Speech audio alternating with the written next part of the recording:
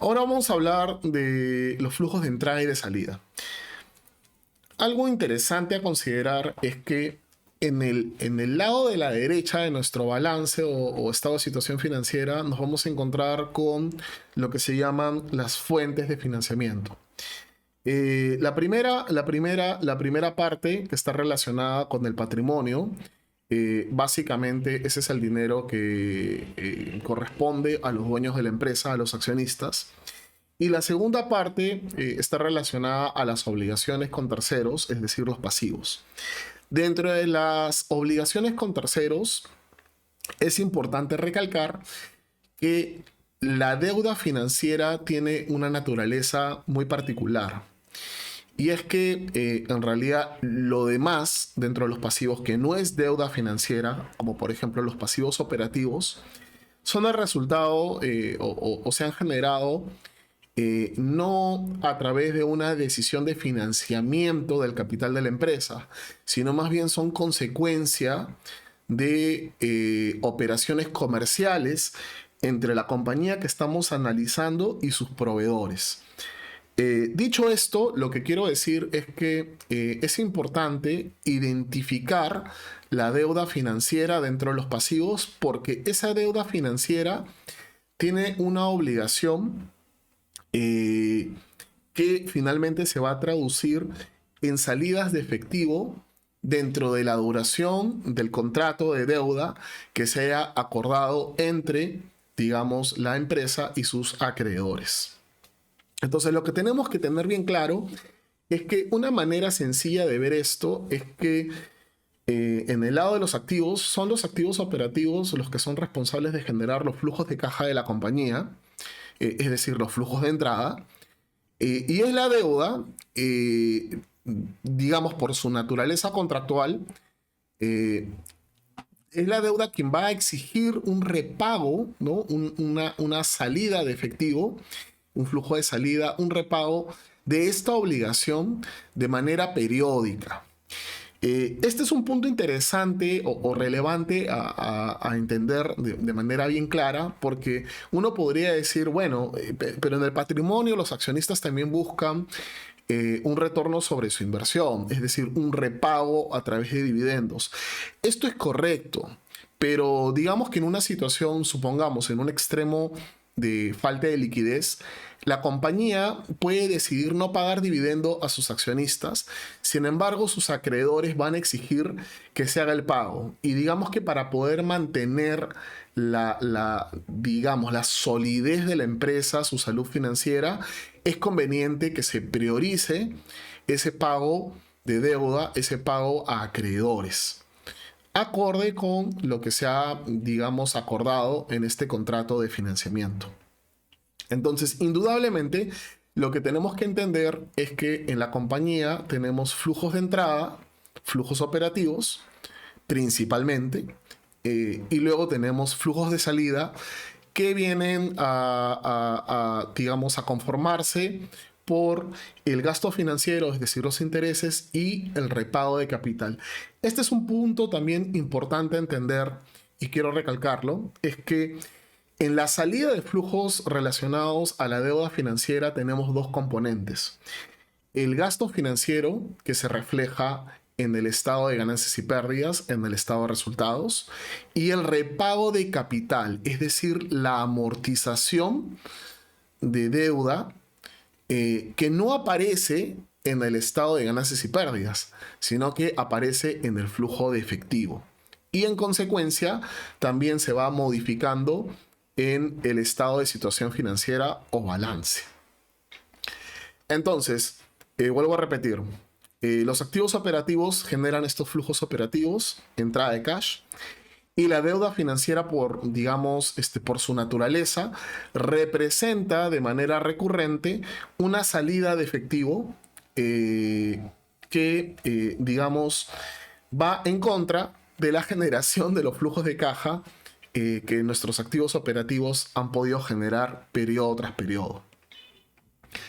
Esta naturaleza entre entradas y salidas nos lleva a una serie de reflexiones que son importantes mencionar. La primera es el riesgo de tipo de cambio. Es decir, si nosotros tenemos flujos de entrada en una moneda, digamos en soles de Perú, y tenemos deuda financiera en otra moneda, digamos en dólares americanos, lo que vamos a tener es lo que se llama un descalce por tipo de cambio, porque nuestra generación de flujo de caja se encuentra en una moneda distinta a las obligaciones financieras que tenemos nosotros con nuestros acreedores. Eso significa que periodo tras periodo estamos agregando un riesgo a nuestra operación. Lo correcto es decir que en realidad tenemos un riesgo operativo propio del negocio, le estamos añadiendo un riesgo financiero por tener este descalce de tipo de cambio. Entonces, la exposición a tipo de cambio implica indudablemente un mayor riesgo. La tesorería de la compañía se tiene que encargar de gestionar este riesgo. Ahora, también podemos hablar de otros tipos de riesgo. Uno de ellos es el riesgo de calce. Es decir, cuando tenemos activos operativos que su generación de flujos de caja son más de largo plazo. Es decir, se ha realizado una inversión, pero el negocio requiere un periodo de maduración para empezar a generar flujos de caja y que estos flujos de caja lleguen a su potencial máximo. Es decir, lleguen a su punto de maduración. Esto puede ser años, ¿no? Entonces, imaginemos que esta compañía ha invertido en una nueva planta y esta planta tiene un periodo de maduración de 10 años. ¿Ok? Se demora 10 años hasta llegar a su punto máximo de generación de flujos de caja. Ahora, ¿qué ocurre si es que nosotros decidimos financiar esta operación, digamos, esta adquisición de esta nueva planta, con una deuda financiera que tenga un calce menor al periodo de maduración de 10 años? Cualquiera que sea el número, 3, 5 años, ya va a representar que a los 3, 5 años nosotros vamos a tener que hacer repagos de deuda con un flujo que no necesariamente ha madurado o ha llegado a su punto máximo. Entonces esto nos lleva a una conclusión sobre el calce. Si nosotros tenemos dentro de nuestros proyectos, digamos, proyectos que tienen una maduración de largo plazo, nuestra deuda tiene que ser una deuda de largo plazo. A veces también se comete, digamos, o se piensa que si tengo activos de corto, es decir, de maduración rápida, los puedo financiar, es bueno financiarlos con deuda de largo plazo. Eso puede sonar bien, sin embargo, hay que tener también cuidado en el ejercicio inverso, ¿no? O sea, creo que es bastante claro cuando financiamos activos de largo con deuda de corto, pero a veces suele ser, digamos, medio confuso cuando estamos hablando de activos de corto plazo financiados con deuda de largo. Lo ideal es que tratemos de tener un buen calce. Eso significa que incluso en el escenario de estar financiando activos de corto, tengamos una deuda de repente de corto con algo de espacio, pero que no necesariamente tenga pues, no, una distorsión de periodos. Entonces es importante, esto nos lleva a concluir que el timing, es decir, el tiempo en el cual los flujos de entrada y de salida, digamos, se generan o se van a generar potencialmente, tiene que ser el correcto, ¿no? O sea, el timing de los flujos es importante. Un mal timing puede llevarnos a problemas de liquidez. Como bien decía, estamos tratando de financiar un activo de largo y nuestras obligaciones pues las tenemos a la vuelta de la esquina, como se dice, ¿no? En el corto plazo. Entonces podríamos enfrentar un problema de liquidez que, como bien sabemos, es finalmente lo que termina matando a los negocios.